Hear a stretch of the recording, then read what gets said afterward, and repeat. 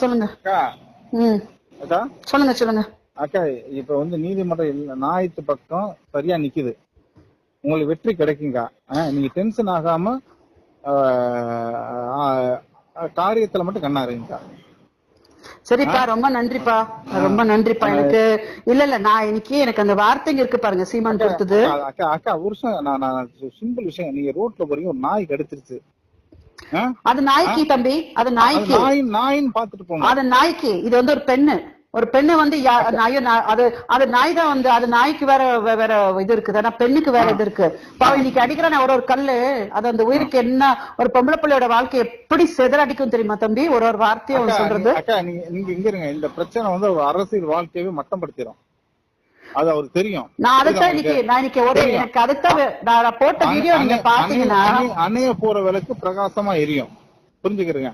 அதனால வந்து உங்க காரியத்துல நீங்க சரியா இருங்க ஒழிய, அவர் பேசிட்டாருன்றதை நீங்க எடுத்துக்கிற வேணாம். என்னை பொறுத்த உங்க காரியத்துல கரெக்டா இருங்க.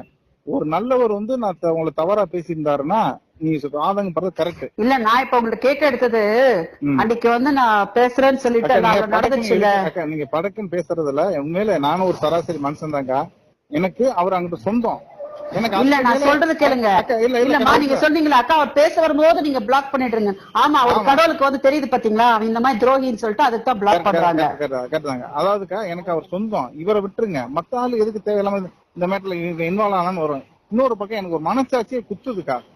ஏன்னா எனக்கு தெரியுங்க, நீங்க உங்க மேல எந்த அப்பளுக்கு எதுக்குமே கிடையாது தம்பி. எனக்கு இல்ல இப்ப இவரு சொல்றாரு பாத்தீங்களா, நான் என் மேல பிளாக் மார்க் யாருமே சொல்லவும் முடியாது. நீங்க போய் நிரூபிச்சுட்டா கூட ஒன்னும் நடக்காது. நான் அந்த மாதிரி ஒரு பொண்ணே கிடையாது. நான் அந்த மாதிரி ஒரு பொண்ணுனா இன்னைக்கு எங்க அக்கா வச்சுட்டு நான் வந்து கஷ்டப்பட்டுட்டு நான் இன்னைக்கு பெங்களூர்ல இருக்க மாட்டேன். அதுதான் அப்படியே வீடியோ போட்டேன். அக்கா எனக்கு நல்லா எனக்கு தெரியுங்க. ஆனா அந்த நல்ல தாய் வந்து நல்லபடியா வளர்க்கல, பிள்ளைக்கு வந்து சொல்லல, ஒரு பொம்பளை பிள்ளையோட சாபத்தை கட்டக்கூடாதுன்னு சொல்லிட்டு பொண்டாட்டி இப்ப நல்லா சொல்லி கொடுத்துட்டு இல்ல. சோ யாருமே நல்லா சொல்லி கொடுத்தா யாரு திருத்துவா? கடவுள் தான் திருத்துவார்ல. இப்போ எனக்கு என்ன வயிறு இருந்துச்சுன்னா நான் பாருங்க உங்களை எவ்வளவு நம்பி பேசுனேன். அக்கா உங்க கேரக்டர் வந்து நீங்க எவ்வளவு முறை சண்டை போட்டு கட் பண்ணிட்டு போயிருக்கீங்க.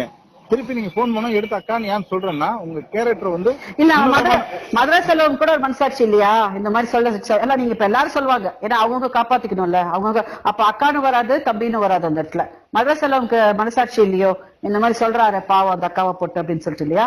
இல்ல நான் என்ன கேட்கறேன், எவ்வளவு அவங்கவுங்க காப்பாத்திக்கிறதுக்கு எல்லாரும் இன்னைக்கு நீ அடிச்சிட்டீங்களா ரோட்ல நின்னுச்சு பாலியல் தொழிலாளியும்.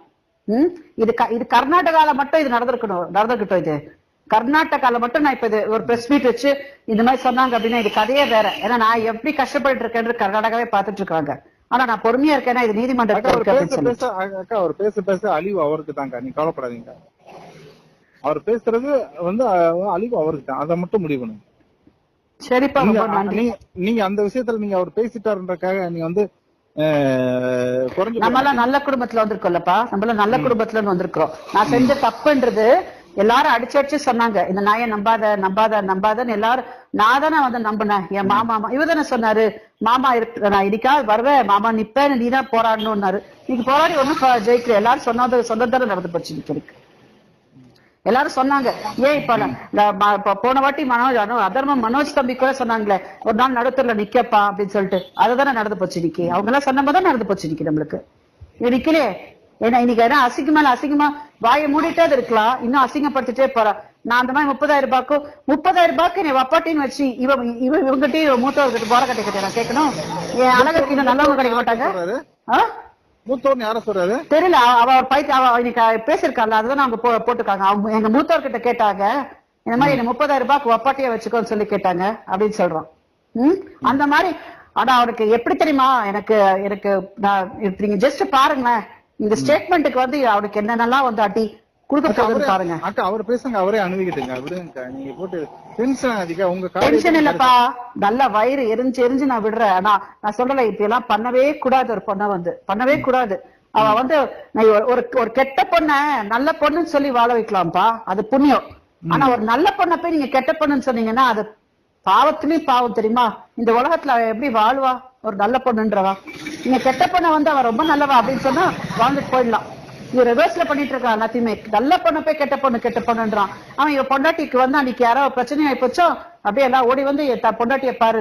இதுல களஞ்சியம் உள்ளிட்ட பலரும் என்ன உருட்டுறாங்கன்னா, எங்க விஜயலட்சுமி இப்படி இயக்கக்கூடிய இவங்களை திமுக இயக்குதுங்க, இவங்க அத்தனை பேருமே திமுகவின் நபர்களுங்க அப்படின்னு அல்லக்கைகள் சொல்றாங்க.